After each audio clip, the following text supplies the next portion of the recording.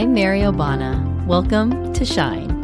I'm all about friendly, soul-nourishing, spiritually inspired conversations that expand perspectives and offer practical guidance so you can live joyfully and shine brightly. I believe everyone has something special within them, a unique gift, a light you are to find and share with the world. You are meant to shine. I believe you have a deep knowing, guidance that is ready to serve you. It is always available if you listen. I believe you are meant to live with complete joy and peace, nothing less. It's just awaiting your allowing. Ready to get to it? Here we go. Hi there, and welcome. Everyone loves a great story. My husband, Michael, is a gifted storyteller. He has this way of pulling you into whatever he's talking about. Sometimes it's a story that's purely entertaining, usually hilarious, and other times it's a story with a message deftly woven in. After being pulled into yet another one of them, our son Kai used to say when he was younger, "Dad, does everything have to be a lesson?" But the funny thing is, Kai always remembers these stories. Coincidentally, just this past weekend, he played back one of the oldies but goodies in a conversation. Stories help our connection to others. Stories also shape the way we look at ourselves. Whether we realize it or not, we are all storytellers. We use stories to connect the dots between our beliefs and past experiences. This is how we make sense of things. And over time, these stories have a way of cementing themselves in our minds and lives. So much so, they can become part of our identity, informing how we think about ourselves. This is what we're going to tackle today, the stories we tell and how rewriting our stories can have massive impact on our well-being. I'm glad you're here. When I was young, my father was hyper-focused on education. Getting good grades wasn't just a goal in our family, it was an expectation. Dad would always tell my 4 siblings and me that what's in our minds, no one can take away from us. So I worked hard, not wanting to be a disappointment. It wasn't as easy when I got to college. Stanford definitely raised the bar. Classes were more challenging, and I had to work a lot harder than I ever had to before. For someone who had always gotten straight A's, suddenly I wasn't anymore. Would my dad still be proud of me? My first year was among the most challenging for me. I was having fun, that's for sure, but beneath it all, I carried the shame and self-doubt. Was I smart enough to be here? This is actually a thing studied by anthropologists and psychologists, among others. It's called narrative identity. Northwestern University psychologist Dan McAdams has studied this phenomenon for over 30 years and describes narrative identity as an internalized story about yourself. It's said that by taking disparate pieces of our lives and placing them together in a narrative, we create coherence. McAdams has identified 2 types of stories we can create: redemption and contamination. Redemptive stories transition from bad to good, where a struggle, for instance, results in finding deeper meaning in one's life. Conversely, a contamination story is when people interpret their lives as going from good to bad.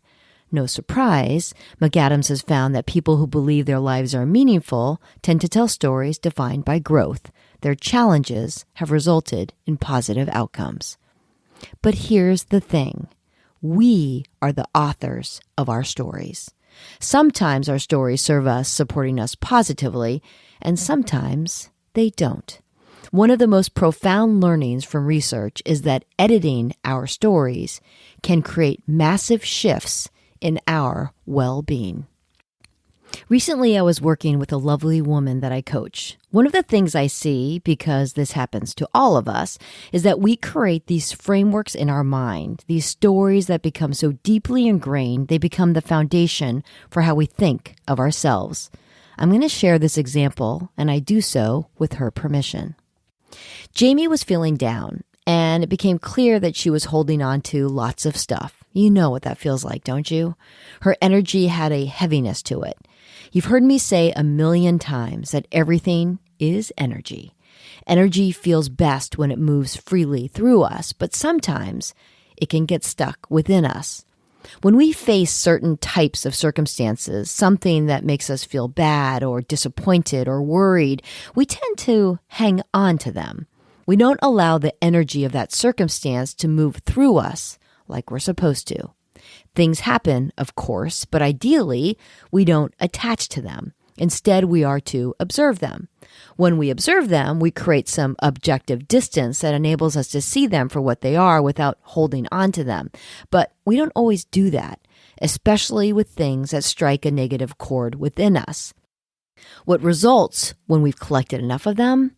This feeling of heaviness. That energy gets trapped and we feel stuck. It even can manifest in physical issues with pain and discomfort felt in areas of our body. In this session with Jamie, we worked on this, trying to understand what she was holding on to. Then, before you knew it, she blurted it out. I feel like I'm a failure. There it was. I was so proud of her for saying it. She admitted she'd never said those words aloud before, but it's what she had been feeling all these years. Failure about what? I asked. Jamie, amongst other things, is a talented artist, but shared that she had always felt she was a failure because she wasn't a prolific artist selling her paintings for large sums of money. So we dove in. Perceived failure, as you can imagine, is when there is dissonance between where you are and where you think you should be. She didn't feel she was living up to the expectations she had created for herself, but as we talked about it, she received this profound insight. This clarity popped into her head. She realized, wait, the art was never about that. It was a way for me to get out of my house when I was young. This is what happens when you open yourself up to the wisdom of your guidance, the universe, your higher self, whatever you want to call it. Insight and clarity emerge. You see, Jamie had a complicated childhood. Her art was truly her sanctuary.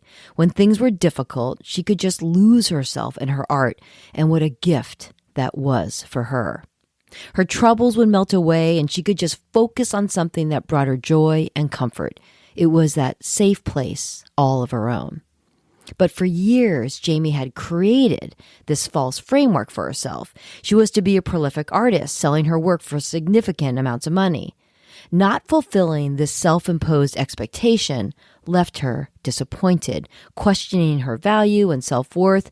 But in that epiphanic moment, she understood her engagement with her art was never about that. It was for her own salvation, her sanity, away from the complications she endured as a child and, frankly, into her adult life as well. Her art is a gift for her, a source of joy and peace. And when she looks at herself through that lens, everything feels different. That long-held belief that she was a failure loosened its relevance. The story of being a failed artist has been rewritten. She had lived with this feeling of being a failure for decades, and she admits she started to define herself this way. Anytime things didn't go as she expected, just another thing to validate that she was a failure. And all the while, the foundation of this feeling, the story she created, was false all along. Imagine for a moment the relief that Jamie must have felt, reframing her story, editing her story, and viewing her art and herself from this new perspective. Changed everything. She felt lighter that day. I share this because it's an example of how we all create these stories in our mind, stories that can leave us feeling unworthy or guilty or unloved or that we are a failure and that aren't even based in truth. Yet they shape who we think we are. We craft this narration of our lives. We do this to ourselves. These stories start to form early. McAdams shares that life stories speak directly to how people come to terms with their interpersonal worlds, with society, with history and culture. A large and growing body of research traces the development of narrative identity from the infant's first glimmerings of human intentionality to the reworking of life stories as we age.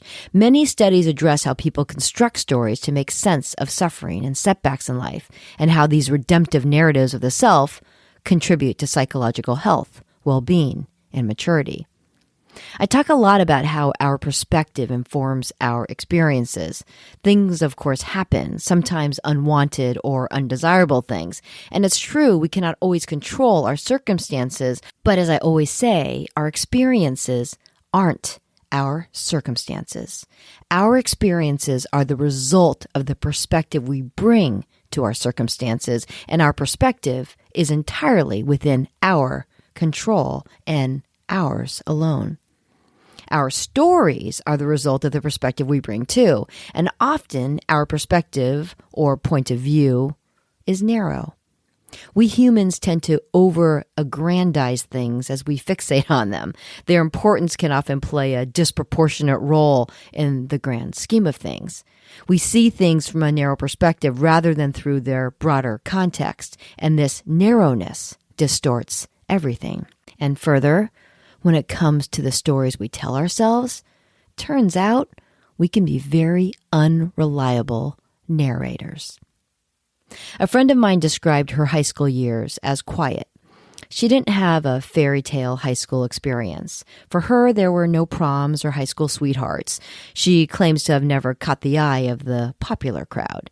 She felt a bit unnoticed. This experience became part of her story. The girl who stayed home when others were out, in her room alone when others were at the prom. She always felt she was living outside of the typical high school scene. That's how she always characterized her early years. It became her story and part of her young identity. It's how she thought of herself and assumed others thought of her then. She would go on to shine in her beautiful way, invisible no more for sure. But all the while, this perspective of her early years was always part of her narrative. Then, some 40 years later, she connected with one of her high school classmates. And this wasn't just any classmate. This was that big man on campus, handsome team captain classmate. She remembered having a bit of a crush on him back then, but felt he was out of her league. As they conversed and reminisced about their high school years, he confessed that he had planned to ask her to the prom his senior year. But when he shared this plan with one of her friends, her friend put the kibosh on it. What? There may be a whole story of its own there, but with respect to this story, it blew her mind. What? No. How could that be? That didn't play into her, as McAdams calls, narrative identity. After all, she had been telling the story of her invisible childhood for decades. Not only did it shock her, but at that moment, she was confronted with the reality that the stories we tell ourselves and even carry for more than 40 years aren't always a reflection of the truth. It's incredible how we can be so convinced that our stories are based on fact when they are simply the stories we created. When we construct our personal narratives, we call upon real personal experiences, but to create coherence, we fill in the blanks. This is where our stories can get distorted. Let's use my friend's example. The memory of her being home alone when others were at the prom was real. This happened, but the reason she applied to the situation was how she filled in the blanks. To make sense of things, her mind rationalized that she didn't go to the prom because no one noticed her, or that she was unimportant, or that she was maybe even undesirable. And the reasons we concoct, the blanks we fill in, can often contribute most strongly to our narrative identity. So while the circumstances can be factual, you can see how the story we can weave related to the circumstance may not be. As in this case, she had it all wrong. This is what we do. To create coherence, we develop frameworks and stories in our minds to make sense of it all. We construct these stories that we believe to be true, and we become so deeply invested in these stories that before you know it, they shape our identity, how we see ourselves. My gosh, why do we do this to ourselves?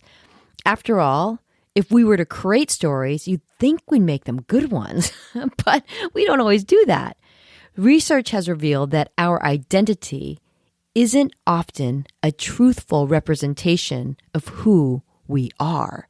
And here's the danger of having distorted negative narratives. McAdams found in his research that our narratives guide behavior in every moment and can frame not only how we see the past, but how we see ourselves in the future. But here's the good news. We can alter our narratives. Here's how. First, acknowledge that we all have stories. We piece together these stories to create a narrative of our life. Some are positive, others are not, but many are inaccurate. We are the authors of our stories. So first, accept that you have crafted a narrative about yourself. Second, notice when you have negative feelings about yourself.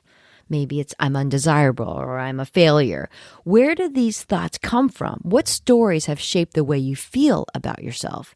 Do they support a narrative of loneliness, unworthiness, disappointment, and a common one, imposter syndrome?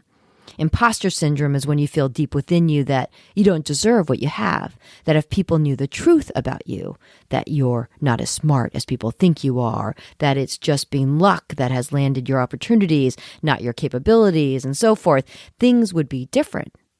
It's amazing the stories we carry within ourselves. So second, identify the stories that leave you feeling negative about yourself and recognize that these stories aren't beneficial to you. Third, thinking of that story you've identified, go through the exercise of writing that story from another point of view. Why? Because not only is it possible that your negative story is downright inaccurate, but a positive story will shift the way you experience everything. What have you left out of your story over the years? How might that story be seen from a more positive, beneficial perspective? If you do this earnestly, it inevitably opens up the possibility that the story may not be the way you've told it over the years. Let's take my friend's story about not being asked to the prom. If she went through this exercise, forcing herself to write the story from a different point of view, who knows? She may have landed on some story about the handsome team captain wanting to ask her to the prom, but then he chickened out. Now, she may have felt this exercise was fantastical, but look at what emerged as the truth. See what I mean? The other option is to choose a different story that contradicts the negative story with a more positive experience or perspective that supports and strengthens you. And notice the perspective from which you are telling it. Is it from the first person or third person? Observing the story from a third person's perspective enables you to take a more objective view of it. Finally, you get to choose. How do you want to choose to see that story? If you find yourself wanting to keep the story you've always told, it's because you're likely more comfortable there. It's like that well-worn pair of jeans. You've worn that story for a long, long time. And even though you don't like it, it feels familiar. And you've gotten used to the way it fits into your narrative. But I ask you, how is that working for you? If you desire it, then great. If you don't desire it but want to keep it anyway, I challenge you to reconsider. Back to that story I shared about feeling that good grades equated to being worthy of love from my dad. Sometimes we're lucky enough to have our stories rewritten for us. Here's how my story evolved. When I was a junior in college, I came home from school for spring break. I was taking a course called Civil Rights and Civil Liberties, where we studied landmark Supreme Court cases to analyze how our rights and liberties have been shaped over time. Dad asked me how my classes were going, and we got into a discussion about a case we were studying called Korematsu versus the United States. Fred Korematsu, a Japanese-American citizen, was 23 at the time.